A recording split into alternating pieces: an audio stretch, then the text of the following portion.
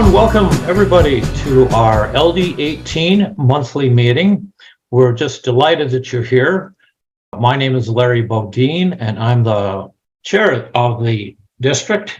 John Della Volpe is the director of polling at Harvard Kennedy School of Institute of Politics. His best-selling book is just out. It's called Fight: How Gen Z is Channeling Their Fear and Passion to Save America. It's been called the definitive account of America's next great generation. You'll see John regularly on NBC and MSNBC, appearing regularly on Morning Joe. He is the founder and CEO of Social Sphere, which is a public opinion research company. And with that, John, the floor is yours. Thank you very much, Larry, for having me, and what a wonderful turnout. I am going to share some slides. This is a presentation that is adapted from a presentation I made recently at Democratic National Committee's annual meeting in Philadelphia, and I'll walk through those slides. The only other, bit of background I'll share is that I did take a leave of absence from Harvard back in 2000 to work on the Biden campaign as a member of his polling team focused exclusively on Gen Z and millennials. The first campaign I participated in that significant way in many, many years. So I'll walk through this. If anyone has a burning question, let me know. To appreciate Gen Z, I think it's notable that you've asked me to kind of present it, because young voters are like any other constituency. They're complex. And I think to really develop a relationship with them that will turn out significant numbers of young people, it needs to start with an understanding of values and identify shared values between the party and individuals. And that's really important. And I want to start with just the idea of talking about generational politics, because when I started the polling program at Harvard 22 years ago now, it was in 2000, such a generational politics really didn't exist. We talked about the electorate, talked about the gender gap, and there were significant gaps between race members of our community through race and ethnicity and college and non-college. But generational politics is a relatively new phenomenon. In 2000, when, as I said, we started this research, the youth vote was split exactly down the middle, 18 to 24-year-olds. As many voted for George Bush in 2000 as voted for Al Gore. You can see it's essentially the same, with 25 to 29-year-olds, a few point advantage for Gore. You can see actually that seniors, 65 folks over the age of 65, were more likely to vote blue than younger people when I started this, okay? So there was not a significant generation gap at that point. The country was divided 50-50. Most of the age cohorts were also divided 50-50. Now, keep in mind, when we're talking about young voters back in 2000, okay, this group of 25 to 29-year-olds and 30 to 49-year-olds, that's essentially kind of my generation, Generation X, okay? Millennials just began to enter the electorate in 2000. They were born in 1980, 1981, so we're seeing them here come into the electorate for the very first time. Essentially what this is saying is that millennials came in essentially 50-50, and Gen X was essentially 50-50 as well, maybe leaning a point or so blue, but not much of a gap there, okay? Now, fast forward 2 decades, and we can see that the Biden campaign doing two things, okay? Narrowing the generation gap in terms of improving significantly among older voters, specifically seniors, and really performing incredibly well among younger people. Without those two things happening, Donald Trump is still in the White House, okay? I'm going to kind of walk you through what this slide says. You have obviously the 5 key states that flip from red to blue that deliver the White House to President Biden: Arizona, Georgia, Michigan, Pennsylvania, Wisconsin. The number you're seeing on this graph is the Democratic advantage by age. The negative numbers in red means that Donald Trump won voters in every one of those states over the age of 45. He won, you can see Arizona +7, for Republicans all the way through. Michigan was very close. Okay. So if not for the youth vote, the 18-29-year-old vote, in the average 20-point margin, Donald Trump wins those states and wins the presidency. In addition to that, what we saw in 2020 was another phenomenon. Okay, so you now have a significant margin of that support Democrats among the youth vote, but in 2020, as you likely know, we had the highest turnout among young people in the history of modern elections. Okay, for the very first time, even compared to Obama in 2008, for the very first time, a majority of people under 30 voted. And when we look at, for example, college students, they voted at close to 60%, which is on average, 61%, I think on average, which is essentially as close to the overall electorate. So this combination of increasing turnout and increasing support for Democrats was enough to make the difference in 2020. Right? The way I think it's important to think about this and to talk about this is, without young people in your state and the other 4 states, insert accomplishment. We don't have our first African-American female in the Supreme Court. We don't have the first significant gun violence prevention legislation in 2 generations. We don't have the world's largest investment to curb climate change, et cetera, et cetera, et cetera. Okay, so that's just kind of why they matter and the impact young people have already made. Now, let me kind of try to explain a little bit in terms of what's happened between 1980 and 2000, why they went from essentially 50-50 to an overwhelmingly Democratic constituency. And what I argue in the book, hopefully you have a chance to pick it up, but what I argue in the book is that I don't think there's been any generation in at least 70 years since the greatest generation who's dealt with more chaos more quickly than Generation Z. Okay, and what I want to do is I want to kind of highlight some of the events that have shaped their lives that hopefully puts their values, their attitudes, their ideology, and their politics into some perspective, right? Because again, before you can call someone up or text them or speak to them and tell them why they should vote this way rather than that way, it's really important to kind of understand where they're coming from and that shared sense of values. These are just a couple of photographs.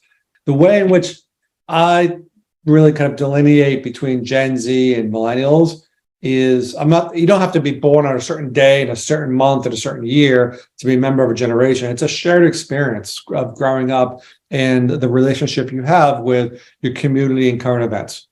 The way I choose to think about this is, if you're trying to figure out if someone's a millennial or a Zoomer, I call them Zoomers, Gen Z, is that do they have a meaningful recollection of 9/11? Right? If they don't, they're likely a Zoomer, a member of Gen Z. If they do, and that 9/11 and those events impacted them, they're likely a millennial. If it's hazy, like my oldest son, he was in first grade, we were in Boston. His first assignment was to draw pictures of what it meant to him. So it's hazy. I call him a zillennial, somewhere kind of in the middle. He's in his mid-20s right now. He's 28 years old. So these are the generations. So Gen Z, the younger voters that we're talking about, they don't have a recollection of 9/11. They were born right on either side of the millennia, 1997, 98 to the early 2000s. Their first memory often is basically the disquiet in their home due to the financial crisis. When 80% of American families lost 20% of their wealth, sadly, we saw families ripped apart, jobs lost, houses, automobiles, all that trauma. Okay, very traumatic. You can still see the effects, especially when we track relationships of young boys during that time. They have a more difficult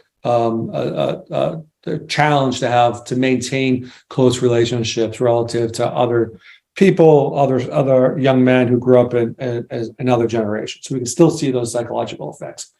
A couple of years later, they're ready to go to elementary school, and of course, among the first memories that they have are, these red alert school shooter drills. So you go from home life that is not as secure as ours might have been to public environment and public schools, again, less secure than we would have, I think, hoped for our kids. As they enter into seventh grade, eighth grade, obviously school shootings are on the rise, but we also see a rise in opioid abuse and death. And you're seeing young 12, 13-year-olds having to deal not just with their own fears from school shootings, but seeing other members of their community impacted by opioids. As they enter high school and they begin to think about current events and politics in the world, as they pick up their cell phone, and they're beginning to be bombarded with a variety of different messages around current events, right? You have, climate change. You have beginning to talk about the rise of white nationalism in high school age, the whiplash between no drama Obama and the Trump presidency, the fear that instilled from that. It's a very, very chaotic time. In the book, I highlight 5 individual events, okay, that have shaped their politics. Those events are one, this is important. One is Occupy Wall Street. Actually, a lot of people don't credit Occupy Wall Street with having a significant impact in American life or in politics, but it was actually a interesting backstory. But it was actually a protest created by members of the Silent Gen as a gift to millennials, but it probably impacted Gen Z more than anybody. And it put income inequality, fairness, the 1 versus 99, student debt, all these issues on the forefront as this generation was, entering high school and college years, thinking about politics for the first time. This lens of inequality and fairness was prevalent. That's certainly kind of one thing. I talked for a moment about the impact of Trump, and what's most meaningful about Trump's election, among many things, is the degree to which young people saw the tangible difference that politics can make. Okay, there was relatively low participation in 2016 in the Clinton effort. Not only did fewer participate than we would have liked, but also she only received about 55% of the youth vote, rather than the 60% that Biden and Obama won in 12 and in 20, or the 66% that Obama won in 2008. Okay, so underperformed with younger people. And people could see the real difference a year later that it made when they didn't participate. Walls went up, people weren't allowed to the country, et cetera, et cetera. So that's a second event that impacted. The third event, bottom left-hand corner of my screen, is what happened in Parkland, Florida, over a course of 6 minutes. Okay, I think I waited for my flat white at Starbucks longer than 6 minutes this morning. Okay, while I'm waiting for that coffee, the gunman walked into Parkland, murdered 17 members of that community, walked out, went to Subway or somewhere to pick up a diet soda before he was picked up by the police. 6 minutes. It took 15 minutes, sadly, for the events in Nashville yesterday. But what Parkland was able to do is that was when young people essentially kind of took control, I think, of their destiny, of the means of communication, and really challenge all of us to not just sit idly by and to kind of be a part of this movement with these young people, because David Hogg, X Gonzalez, Jackie Corin, and others really kind of made the case that it takes all of us to do these big things. And they immediately won, I think, significant legislative victories in Florida, and have made probably more impact than even they really appreciate, although clearly much more work to be done. But essentially, wherever they would speak, we would see increasing levels of voter registration. We saw increasing levels of youth participation in the primaries. This was 2018 when AOC won her primary race in New York. And then we saw attitudes change pre and post Parkland, pre and post Trump. We saw double-digit changes in public opinion, which is quite rare, on the impact and the importance of voting, as well as in attitudes related to gun laws. So that's a third. The fourth event doesn't happen without Parkland, and that is the climate strike.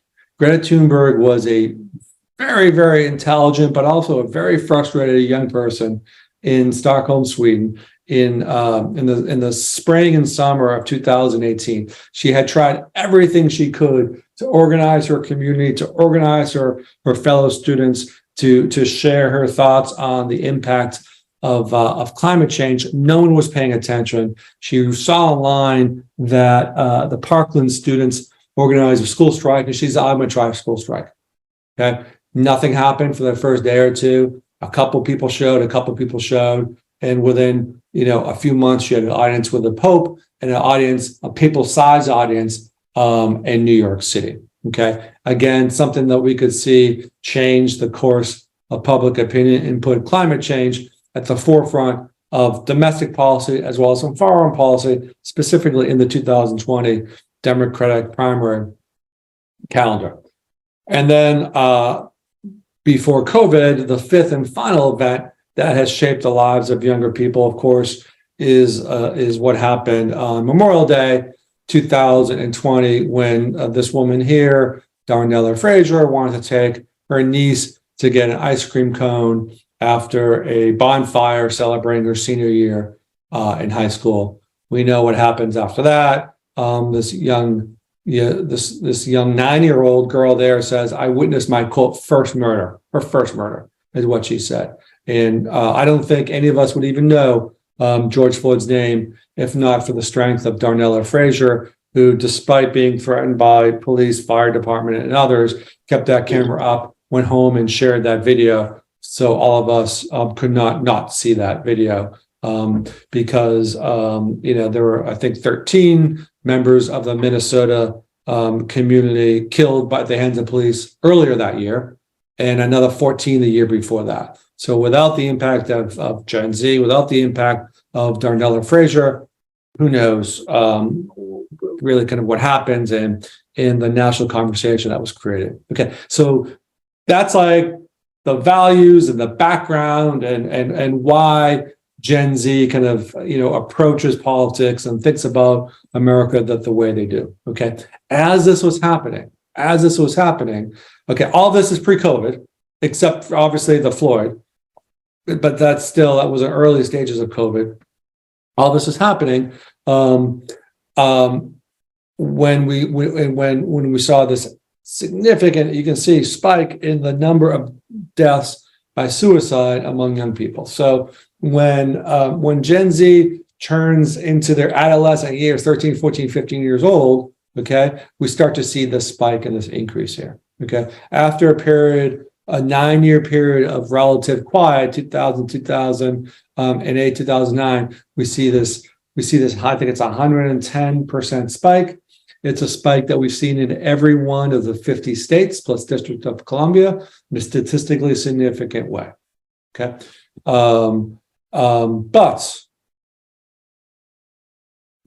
and we see this continuing. Sorry, before I go that, we see this continuing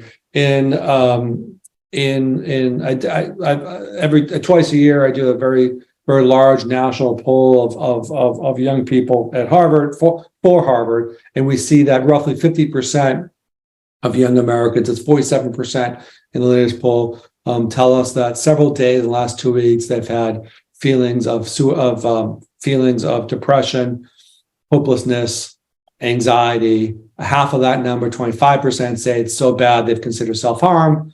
And then we have 5 or 6% saying they've considered self-harm on an everyday basis. And we find that regardless of what high school you're from, what college, or wherever you work, you're in an environment where you have a handful, if not dozens, of young people thinking about harming themselves to make the things stop, get better.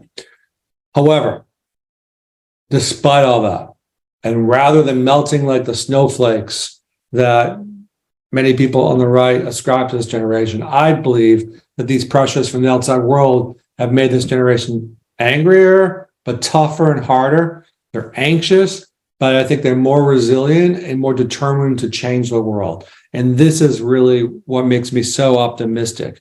We talked, a lot of people talked, I didn't really talk too much about a red wave. I never saw a red wave coming this past fall. What I thought was that I thought we were going to see a youth wave. I never bought the red wave business, but it's pretty convinced that we'd see a youth wave. And we saw a youth wave because we saw a youth wave beginning to develop 5 months before even the Dobbs decision. In our spring polling a year ago, we saw increased levels of interest in voting that continued. And it was a youth wave. And if not for younger people, again, we've got the same results as we have as of 2020. So on the right-hand side of this chart, again, is the exit polls. You can see these are the national exit polls for the House. Okay. So again, you can see Republicans winning the over 45 vote here, the over 40 vote, actually, right? Across the country. If not for the basically the 2-to-1, close to 2-to-1 victory that young people under 30 delivered for Democrats. That margin here, it's 18-29 margin, okay, with only 12% of the electorate, was able to cancel out the 65 plus margin that Republicans had. So without younger people, we probably do have a red wave. We had a red wave among people over the age of 40, but it was a youth wave that was able to blunt that. And, the way I think about the country is, we're divided 50-50, but really, right, I think we're divided based upon, based somewhere around here, right? 40, 45, 50 years old. If you're less than 45, if you're a Gen Z or a millennial, you're going to vote one way. If you're over 45 or 50, if you're a Gen Xer or a baby boomer or silent generation, you're going to vote the other way. And the good news is for Democrats, I guess, is that in the 2024 presidential, about 40% of the electorate is going to be under 40, under 42. They're going to be millennials and Gen Zers. There's work to do, but we know that the impact that they can make. I talked a little bit about this increasing levels of participation. Again, you can see 2008, 2020, highest turnout on record in a presidential year. When I started the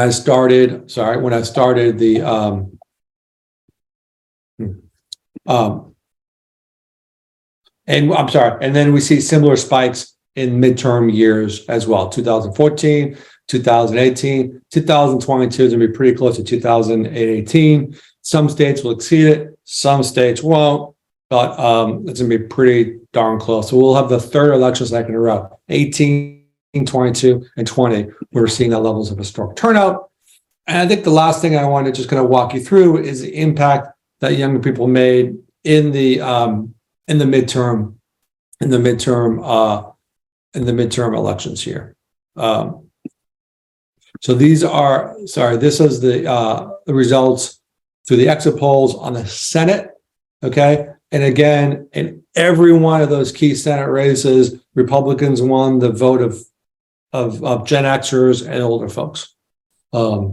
It's this combination, these tight races are narrowing the gap among older voters and really running up totals among younger voters. These totals are ridiculous, okay? In the presidential year, I showed you those 5 states where Biden won on average about 20 points, okay? 60-40. In your state and in Pennsylvania, Democrat won by 50 something points, 75 to 25. Outrageous. I've never seen gaps that large before, or people as motivated. The states where Democrats underperformed, you can see here the Democrats not doing as well with younger voters. North Carolina is only 8-point margin.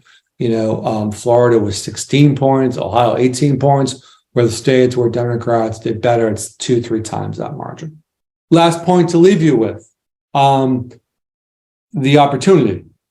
Every day, think about it. For every day, for every 10 Americans who turn 18, 7 out of them, 6 or 7 out of them, based upon where you are, have values that are more aligned with the PEMA Democrats than the PEMA Republicans. Every single day, that's happening. I think it's the greatest short-term as well as the greatest longer-term opportunity the Democratic Party has seen in generations. And the message is, cannot take it for granted too often. Too often in the recent past, Democrats have taken that for granted. They say younger people can be with us. We should invest in older folks who are more reliable voters and they're more likely to be swing voters, et cetera, et cetera. I'm not saying that's not important, but you cannot take the youth vote for granted, because every generation has its own characteristics.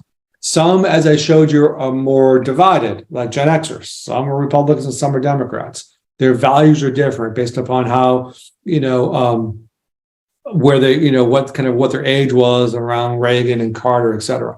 But what this tells us is among Gen Z voters, in this case, is people a little bit less than 18 and people over 18, whether you're white, Black, Hispanic, Asian American, Pacific Islander, or mixed race. Okay, there's the fact that all these boxes are relatively the same color means there's no statistical difference in their opinions on these issues. It's not until you see issues like this, where there's some blue and some green, where there is a statistical difference. Okay, so what that means is that protecting clean air and clean water, number one issue, whether you're white, Black, Hispanic, Asian, whatever. Reducing gun violence and mass shootings, number two issue, regardless of what racial or ethnic group you are, et cetera, et cetera, et cetera. This issue here, preserving individual rights and freedoms, top 5 issue, regardless of where you are. Guaranteeing quality education for every child. People don't talk about that as much as they need to. It's top 3 issue here. Yeah, it's a little bit more prevalent with Asian Americans, but it's still a top 3 issue for Hispanics. It's not tied to number 2, as an example. So the point is, you don't need to even do as much micro targeting, as you might for other constituencies. These are groups that there's a shared sense of values based upon those 5 events that I shared. And in many cases, I don't know all the politics and ins and outs of Tucson area, but in many cases, it's about, sharing information, basic information about when the elections are held, what the process is, one. Second is getting the attitudes right, letting people know that their vote can make a significant difference. Clearly, Arizona is the best place in America to show that. And the third thing is ask them to continue to engage and ask them for more.